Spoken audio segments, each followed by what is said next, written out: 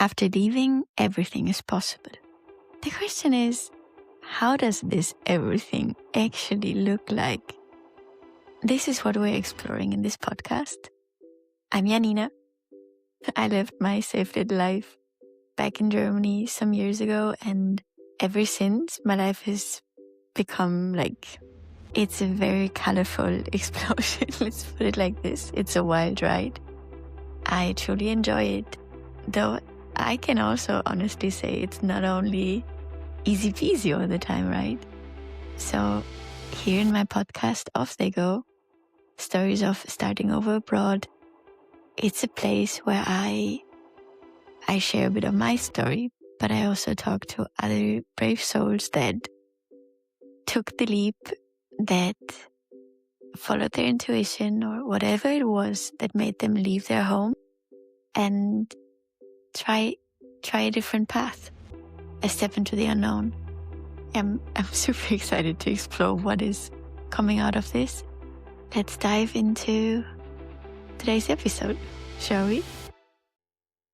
I'm pretty sure you're familiar with this feeling of, I want to make it right. I want to be prepared. I want to be ready. I had that for a couple of days now. I wanted to get ready to record my next episode. And what happened is that again and again I found reasons not to record it. And today I was like, no, I'm doing it. I got ready. I set up my laptop, found a nice place. I moved to a new house today. And I was looking for a nice, where do I put my podcast studio, right? And then the only thing that was missing was my camera.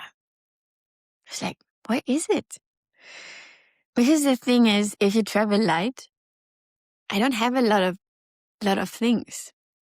So it doesn't take long to go through all of them and realizing, oh, something is missing. So it turns out I can't find my camera. So there are multiple things that can happen, right? I got a bit nervous, looked again, just like my mom always said, just look once more.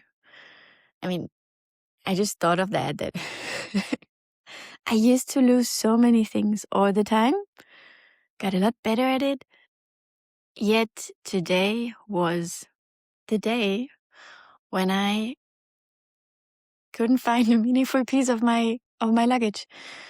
So this will not be a episode with a video because I can't find my camera. But I decided not to find the next excuse not to record something. I don't know how you work with momentum, but it's beautiful when it's there, when things are just clack, clack, clack, clack, clack, falling into place. And sometimes my head comes in, I'm like, yeah, but maybe this, maybe that. And then eventually I lose momentum. And to start things again from there, I'm not that good at it. So this is why I'm recording this episode now. As you can hear, probably through the way that I share this story, is I just got the message that my camera is found. I really forgot it in the last Airbnb. This morning I was a bit all over the place. So I got really good. I got really good at checking again and not forgetting things. But, well, today was the reminder that that I do still forget things. But luckily the Airbnb that I was at, the woman there, she was super kind. She just double checked and my camera has been found and it is guarded there and I might go there tonight and get it.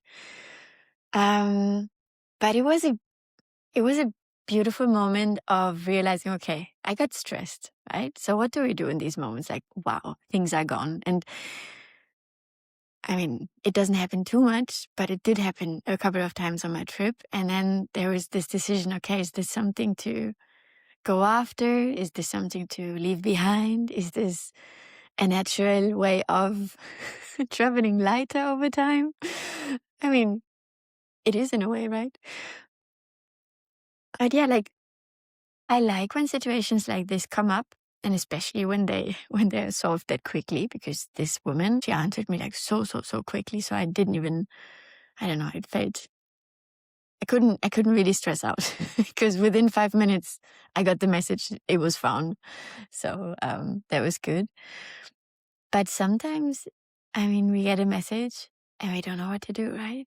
And like, what do we do to calm our nervous system down? It reminds me of a story when I went to China. I crossed China overland from Kyrgyzstan. It was a whole adventure. I was hitchhiking. There was no public transportation. I heard stories of people hitchhiking. So I was like, okay, I'm doing that.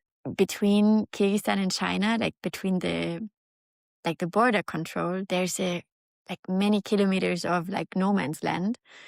And you also have to go through there somehow, but nobody really knew. I was like, yeah, probably hitchhike again, but well, it was a whole adventure by itself. However, later that day, I ended up in a taxi with a local Chinese man, and he kind of took care of the negotiation of the price, and we only could talk through his phone and the translator app because nobody speaks English there. There are a lot of security checks, like in this area in China. The border region is really, really tough. So, I mean, yeah, there's this huge no man's land area, right? So, in the whole region, they have so many checkpoints. So many taxi drivers actually don't take foreigners with them because it's so much hassle, because every police station asks you to stop and get checked, and they take time. And I will never forget that moment when this man, and there was a speaker, the speaker was super loud.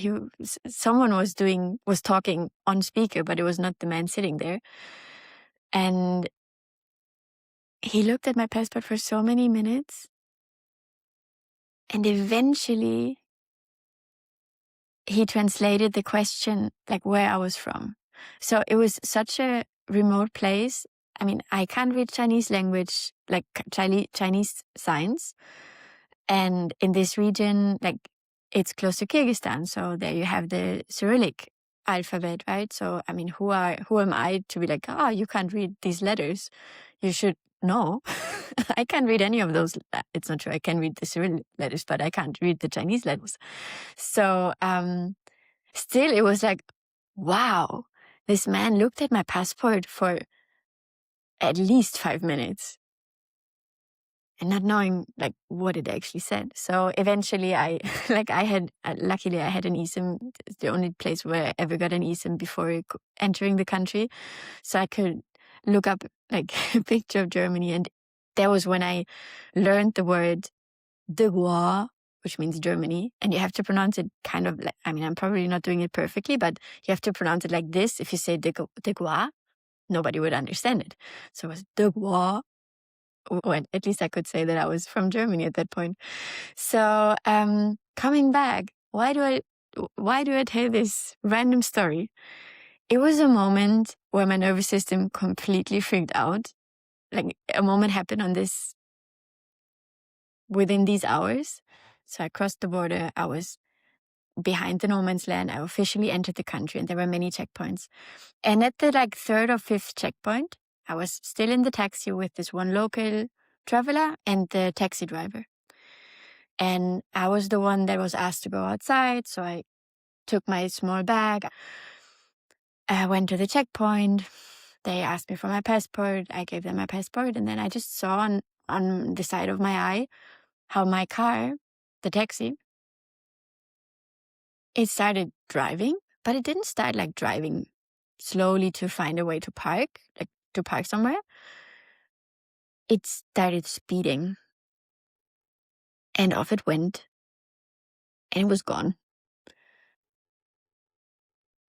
So I was in a very remote part of China. Nobody spoke English. I looked around, looked at the policeman, like with these question marks in my eyes, like, do you think this is a good thing? And he just looked at me like, oh, that doesn't look good. That was what his face said. And I'm like, I'm in China. there are cameras everywhere. This can't happen. Have I been scammed? Like, was that the plan? That they just go, like, run off with my backpack? I mean, that's what was still in there, right? My backpack, my big backpack. So I remember in that moment, I mean, there was a moment when I felt the emotion, like, arising and, like, freaking out a little bit. Then I started breathing like this. I really tried to practice this when I start to feel, like, stressed like this. Like, okay, breathe. I have my passport. I have my credit card. And what was the third thing? And I have my phone. It's like, okay, I have these 3 things. These are essentials. It would be, like, not cool if this backpack was gone with everything I own, basically. But I have my passport. Like, it is, like, future. Like, I try to then center myself and be like, okay, this is future Janina's problem. Like, for now, I do have the essentials. And I don't know how much time went on, but it was not too short. So I stood there and, I mean, what do you do, right? You stand there and, like, so what am I doing now? I have my little purse or my small bag. They were at that time, they were ready with checking my passport. I got my passport back and I was like, what do I do now? What am I supposed to do? I don't know anything. I'm in the middle of nowhere. Nobody speaks my language. And I was still wondering, have I been scammed? Like, did they really run away? And I remember in that moment that I checked in with myself and I was like, but my gut feeling was so clear that it is a good idea to jump on this taxi. It was very clear. So I was like, but I mean, of course I questioned my gut feeling, right? Like, yeah, but they are gone. Your gut feeling was good, but where are they? So I waited I don't know, like, honestly, I don't have a feeling for time for this story because, yeah, I was stressed, I guess. Or I don't know, time is a funny concept. Like, sometimes it stretches and sometimes I don't know, time is funny. However, eventually, the relief was there because they came back. They had a new passenger in the car. They were all laughing. I was like, guys. And so I went inside and off we went to Kashgar, to the first big city that I visited in China, in Xinjiang, in the province far away from main China. And yeah, this is how my whole China experience started. It started with a bit of a thrill, but also with super helpful. Like, everyone was super helpful. I mean, they could have given me, like, a sign, like, we'll be back. That would have been a nice gesture. But I guess the taxi driver was just like, okay, that would take hours again. Let's just get the extra passenger and get her on the way back. But it was wild. And yeah, it was on this ride further that the other local shared with me through his translator app, that this is a special region and security, like, they have security concerns and this is why they do so many checkpoints. And at some point we started driving in, like, some narrow, dark alleys and I was like, where are we? And then the local just told me, this is because the taxi driver wants to skip some checkpoints. This is why we go this way. This is because of you. I think I still have screenshots of this conversation. It's just like, oh my God. Wow. So yeah, I mean, traveling helps you navigate these intense emotions that come up when things happen in a very unexpected way. And these experiences definitely helped me today when I felt, oh, I might have forgotten my camera. Luckily, it has been only a day, and the chances were good that it is found, right? But still, you never know. But I love how, I mean, how life eventually, you don't have to travel for this, but I guess it does happen maybe a bit more on travels. How life gives you like these moments of testing. Okay, how is your nervous system? How does the meditation really like show up in real life? And I remember when this car was going away and like not going away, it was speeding away. Like there was suddenly a shift of energy. It's like, shoo. It's like, huh? What? And then to come back to your breath and to pause and to not start like, I mean, whatever your stress response is, right? It can be freeze, it can be like running after them or starting to scream. I don't know. That was an interesting experience. I can put it like that. So yeah, my whole border crossing with China was something that I will never forget. It it was probably one of the most adventurous border crossing of my life. And I mean, these are the stories that I travel for eventually, even though they were not pleasant all the time, or I really felt like, what am I doing? Is this really a good idea? Like to tramp, and then there are these like huge trucks, and I barely could enter them with all my luggage because nobody, like I didn't think about having like my big backpack, and like you have to climb up these huge trucks, and there were like several stairs that I had to do. But it did work. It worked out really well. So yeah, I'm happy that this whole camera thing made me reflect on that. These moments when my nervous system went wild on travels. And it's funny because in Pakistan, for example, that was the last country that I traveled to before heading back to Europe, and now here being like coming to Canada. In Pakistan, I mean, especially the region that I traveled to is very, very much under surveillance of the police. So I had to get used to having police officers looking out for me. That didn't feel pleasant from the very beginning, but eventually I just saw, okay, they're doing their job, and they try to keep me safe, and hey, that's a good thing. And there was one night when I started traveling in daylight, but it was a really, really long ride from a very remote part in Pakistan, all the way to Islamabad. And the first bus just wouldn't let me in. But the second bus is the night bus, and the night bus doesn't let me in either because we tourists are not allowed to travel at night. So I was like, huh? How do I, I have to move somehow. I can't stay here forever. So I got onto another bus that was not going directly to Islamabad. So I had to change at some point. And they were like, yeah, you can change there in this village, or you can change there. And you're like, okay, I can change there. Let's see. And at some point, like the bus driver or the drivers, I think it was not only one, they normally did not like let me hop off the bus anywhere, but they let me hop off at a police station. So at some point I got used to, like, they figured out how I would, like, which bus to take next. And I don't know if it's like this all the time. I mean, I'm always talkative and I just had a good time. And I remember that day when I left Chitral, like the rural part, not far away from the Afghan border, and went all the way east to Islamabad. When I left there was popcorn. So I decided today could be a day where I could use some popcorn. So I was traveling with popcorn. And at some point I was at this police station somewhere in the middle of nowhere. So I had popcorn with some police officers.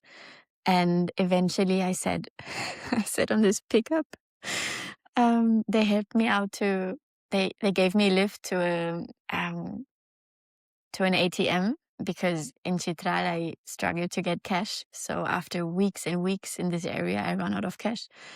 So they even gave me a lift to a bank, got cash, and went back with them on the pickup. So just imagine me sitting there with my backpack And like 3-4 policemen, they were all like with these big weapons. I'm not so good with weapons. I don't know the name, like these machine guns. So I sat there with them.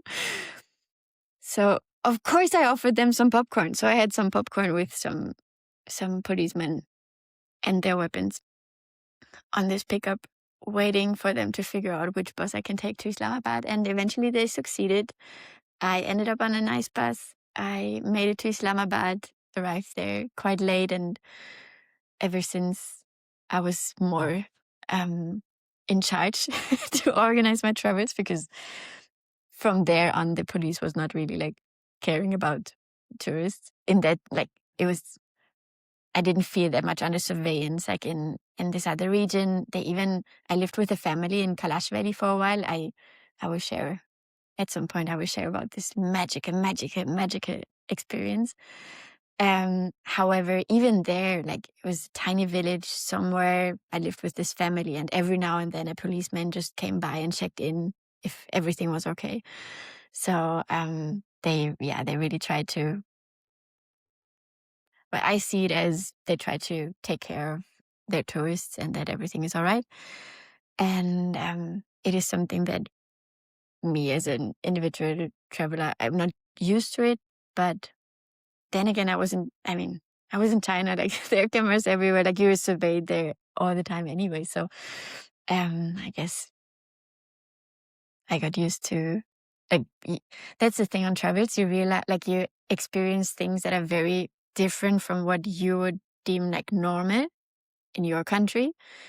And at some point you can either like question it and be like, yeah, but that doesn't make sense. And who are you? Why would I tell you where I go next? That's none of your business. Or you start playing along, because these seems to be the rules, and I am the visitor in that moment. So I do believe it is important for us tourists to play by the rules also. And it's, to find a balance in that is key, I believe. And I can highly recommend traveling with some popcorn and just talking to people, because in the end, I remember one of the policemen, he seemed to be in charge. And at some point, another policeman came, and I mean, you can just feel when people talk about you, right? So they were saying something, and I think maybe he said something in English, because I understood, like, nah, she's good, like, in the sense of, let's not make it hard for her. Like, I don't know if they would make it hard for anyone else, but it felt like, no, like, it's okay. Like, she's all right.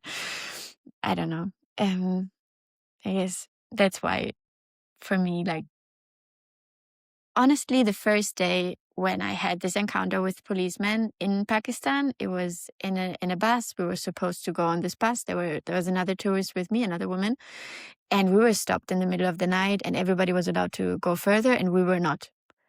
And I was not happy about that. It's like, why? That's not fair. The others can drive. Like, why can't we? But they're like, no, you have to go to this hotel. You have to sleep there. Your ride is over. And I have, like, freedom is important to me. I was like, but that is not my choice. Da da da.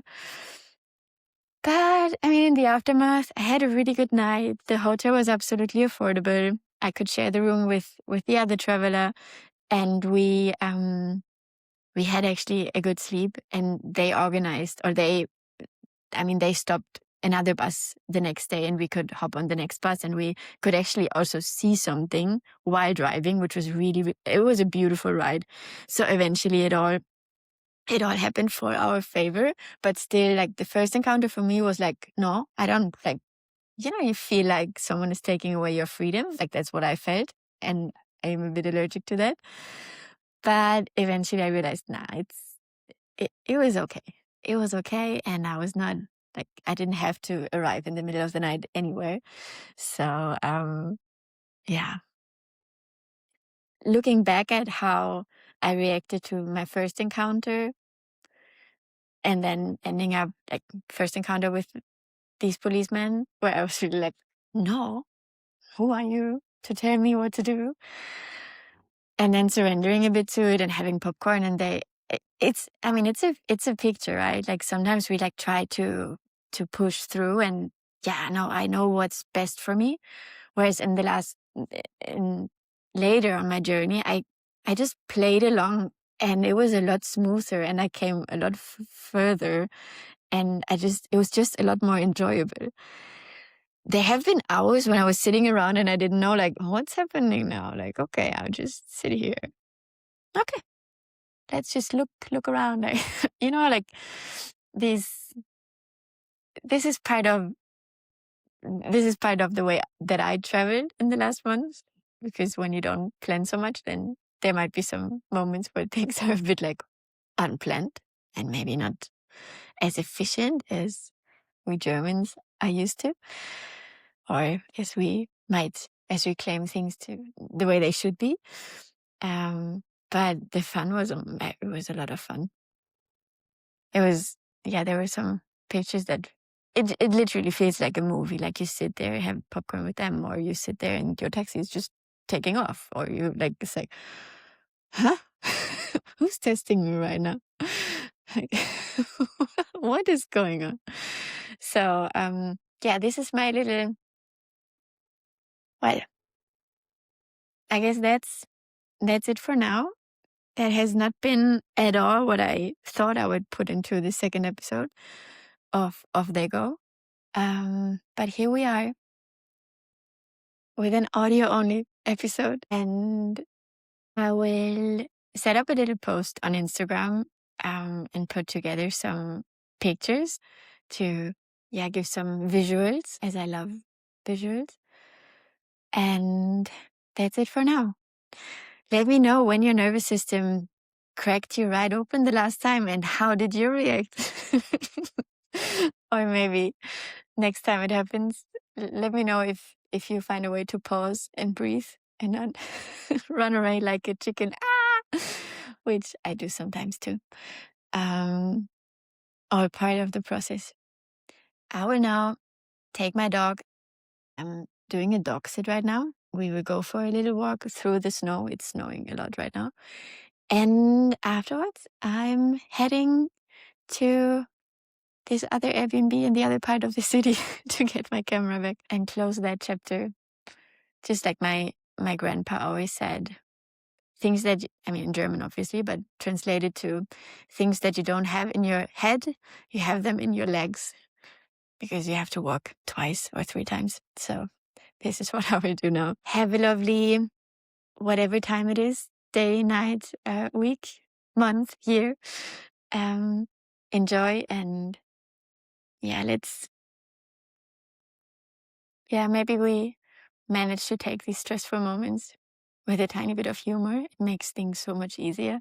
I definitely try, and I'm laughing a lot.